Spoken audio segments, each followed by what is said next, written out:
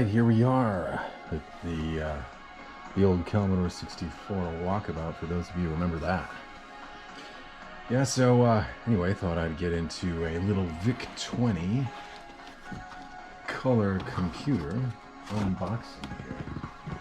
Yes, you'll notice right away that, and this, oh yes, of course, this is the new version, of course, of the VIC20, not the original.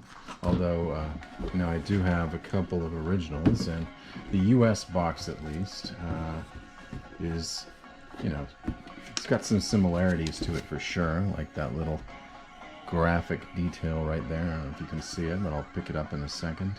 So this is actually a modern device.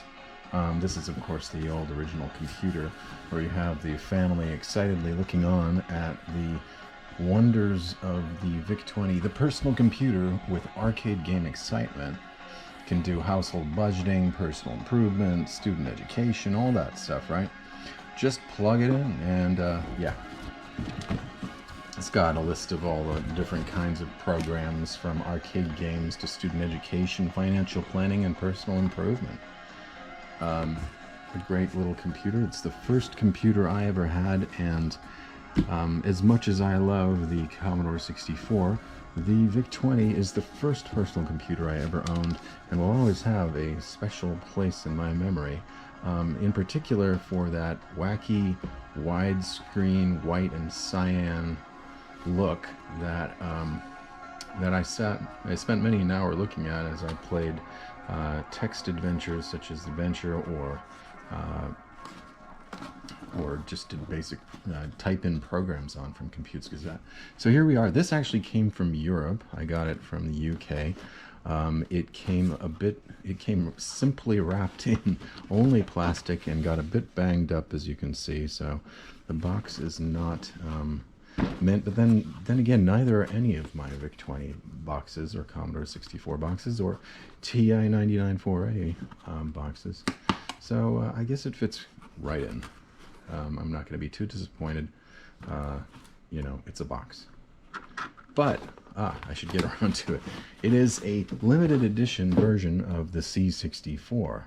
So, the C64, of course. Oh, and it is a, as I said, it's a modern device. HDMI port, that sort of thing, USB ports and all that. It is I guess the best way to describe it would be a dedicated emulation machine that will play files that you can download online, or it has a bunch of programs already in it, but mostly just the type of games that I usually didn't play. So, but to be sure, the reason I got this, even though I do have a mini version of the C64, is this, the full-size keyboard. Now, I have a VIC-20 that I'll show you in just a bit, but the full-size keyboard is, and the ability to run, with the latest firmware, the ability to run multi-disc titles, or software, or games. A huge plus in my book, because for the most part, when I used the C64, which this will also run programs for, and the VIC-20, I tended to stick with, and in particular for the VIC-20, of course, since I didn't have a disk drive at the time for that, just a tape drive. I did tend to stick to mostly text adventures for whatever reason. They sparked my imagination, so I like to play those. And of course some you know, Dungeons and Dragons types of games that were pretty crude, but they like Dark Dungeons, for example. They were crude, but they simulated that pen and paper type of game that I got obsessed with. Even though I didn't have many people to play with, I would read through the rule books obsessively. Anyway, I love this box art, I was going to say, not just because of how authentic it looks, but because of the excited father and son. It kind of evokes the image of the and all the stuff you can do with it, right? Entertainment, business, education, and science. It's, you know, it's the wonder computer of the 1980s. I believe that was a William Shatner phrase, reborn. Yeah, it's a lot of fun. I don't know how many people are going to be using a VIC for science these days, but one of the first programs I had in cartridge was the Visible Solar System, and I spent a long time messing around with that cartridge. So I guess it did have a bit of that too. In any case, I'm going to go ahead and unbox this thing since I've been waiting about a month for it to come from the UK. All right, and you know, I'm hoping that you're able to see most of this pretty well here, but if not, I'm just going to pick this up here. As this did come from the UK in nothing other than this, there was no additional cardboard or styrofoam inside beyond this. I mean, this is just it, and if it had gotten slammed really hard, well, that could have turned out badly, but it appears that it is mostly unscathed. You know, fingers crossed. I'll have a separate video that I'll have to append to this one, or perhaps upload separately later, where I actually enjoy the machine itself. And unlike a lot of other reviewers, I am going to use it for this. Oh, I love that sound. Okay, now, just for comparison, listen to that. Oh, that sound. Check that out. Now, I know that sound. Now, this label may be a, you know, the UK or the European label that I'm unfamiliar with. It's possible that this, and, you know, my knowledge is not infinite, that this is also a, there was also a variant of the US version that had this particular style of sticker. Now, it is the VIC20, so it's different, of course. But I think I recall seeing this style of sticker. But I'll show, and to that point, this key, this font type on the keys looks like something I never owned, but I had seen before. So again, possibly an early PET style of a font. I could be wrong, correct me in the comments. I haven't opened up this box yet, but I'm going to quickly take you over to see my setup over here, and go ahead and show you the, I've actually got this set up with a Denial Mega Cart, and that is actually great. But one of the reasons I needed to get a, one of the reasons I wanted to get the VIC20 was because, to be honest, I don't feel comfortable running programs for, you know, 30 minutes or longer, like, you know, text adventures on this old equipment, as nice as it may look. And oh, by the way, the different style there and the different style of font. But listen to this. Little different, but it's very similar. The feel is very authentic on the other one that I just got. So very happy with that. In any case, I do still keep this guy around for the rare games that I can get on cassette and like to run those off of it. I can use this. And also there are a couple of titles on the Mega Cart that are just really neat that I have never been able to find, you know, in physical form. Not to say that my collection is you know, forever, but you know, I do have my fair share of VIC20 titles, and even a rare one like the Tomb of Druon, or the VIC20 version of Crush Crumbling Chomp, and numerous cartridges as well, or cassettes as well. In any case, let me take us back over to the VIC20. And that's going to need to be capitalized in my video, of course. Now, we're going to take this thing out and take a look. Now, obviously, on the back of a real VIC20, you're going to have a cartridge slot and a modem, or, you know, I guess it was called a device port or something. I forget the exact name. I love this. Check this out. So the serial number, I'm serial number 3986 here. 2020 Retro Games Limited. So apparently I have been a bit late to the game here in 2022. This looks very much like what I was going to say, is very much like the back of an actual. I mean, this detail is great. If you've ever owned these, and I have multiple models, you'll appreciate every little detail that looks so similar. Now, of course, not everything is replicated. You have regular USB ports. I think it would have been cool, and I'm not going to complain about this, if they had had a regular, if they had found a way to integrate a 9-pin joystick here. That would have been kind of cool.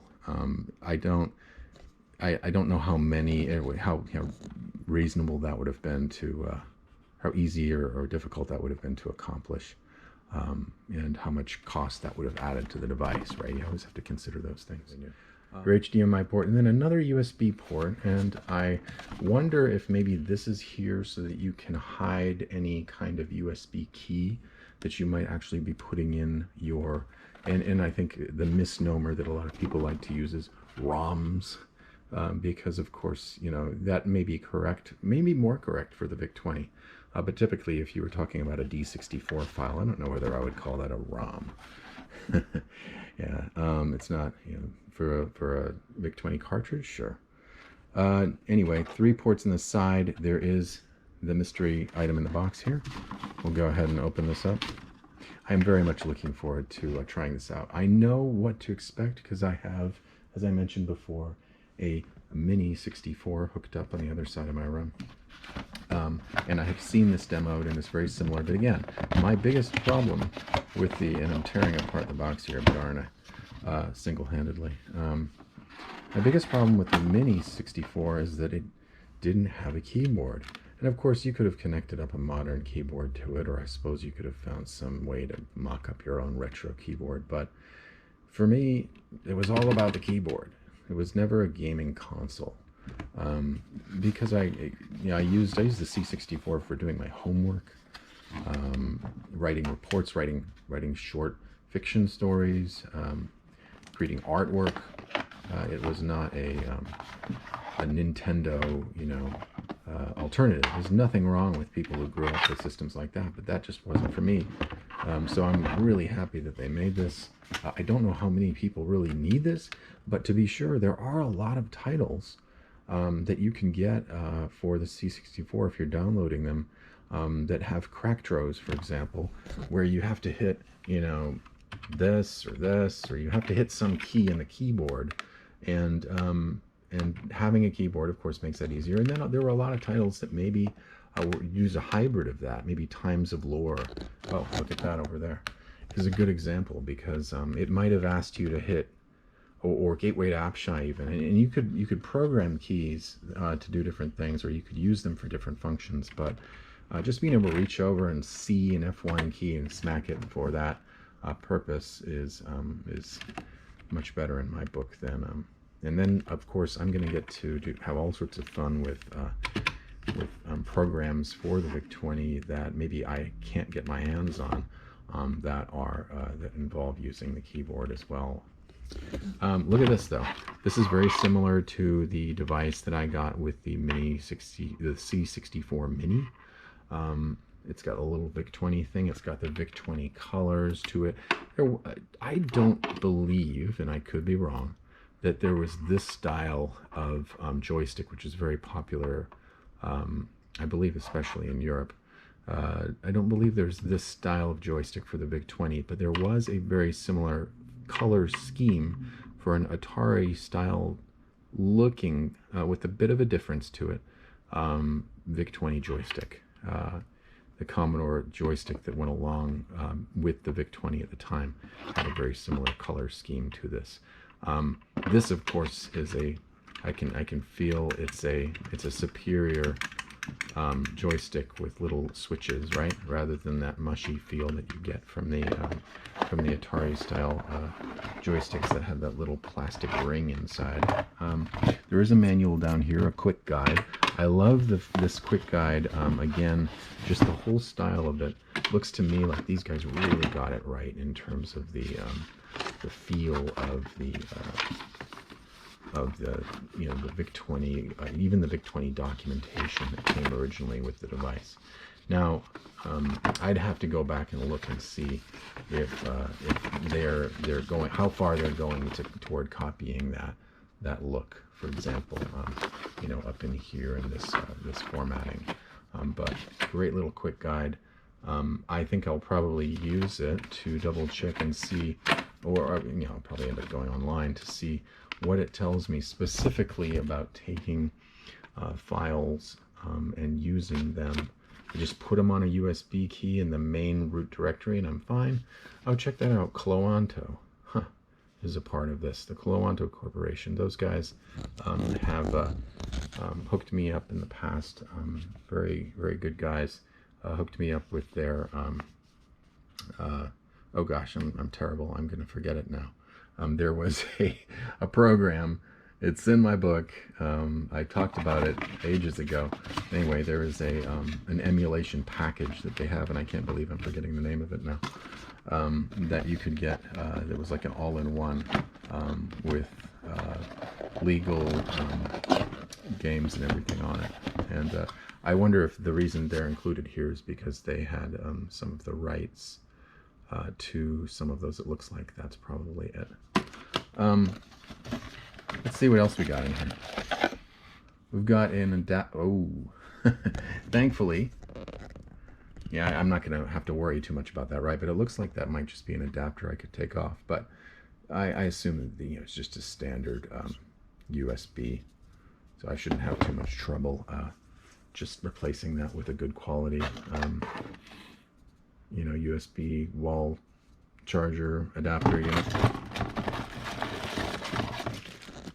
And here we go. There's a nice little cable, decent length on it, to be of quality.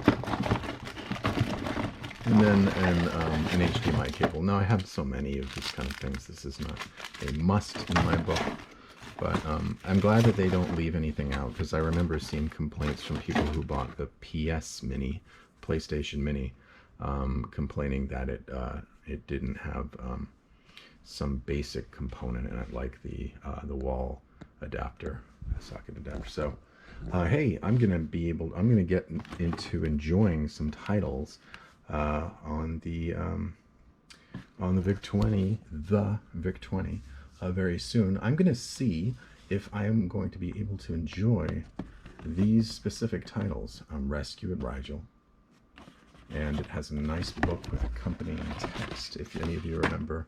Oh, what terrible shape this is in, huh? Thankfully, I've rewound it all the way. And it's got that Temple of Apshai kind of style to it. A very rare game to get your hands on for the VIC20, at least. I have seen it for others. I'm going to play through this, and then Scorpion, which is actually not impossible to get your hands on, but rather rare.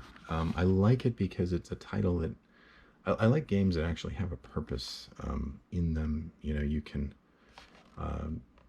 It's not just a high score type thing. This is one of those. If it's an action game, I kind of tend to like these. There are a couple games that have that sort of feel to them for me, like Blueprint for the C64.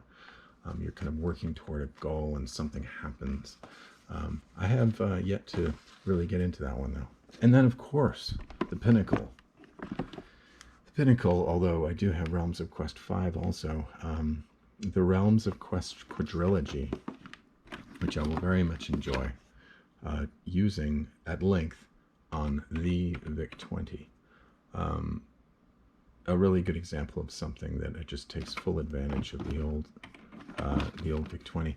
And then beyond that, I'm going to enjoy a lot of C64 titles as well.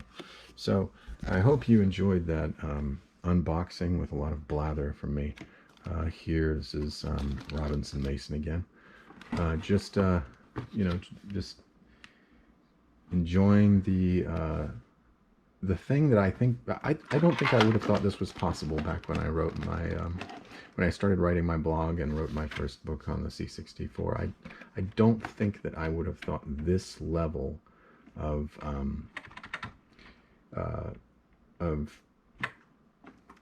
what's the right word, an homage to the original computer and all the considerations around it would have been possible. The closest thing they had back then was a sort of Linux C64X, I think it was called at the time. But it really, it wasn't this. This is what people wanted back then, and they all clamored for, and nobody really understood it. But I've seen a lot of good reviews on this guy, and I'm looking forward to getting in there, seeing how the multi-disc titles work, seeing how old VIC20 tape titles work, looking at how the save features work. It's going to be fun. So I'll talk to you guys next time. Bye.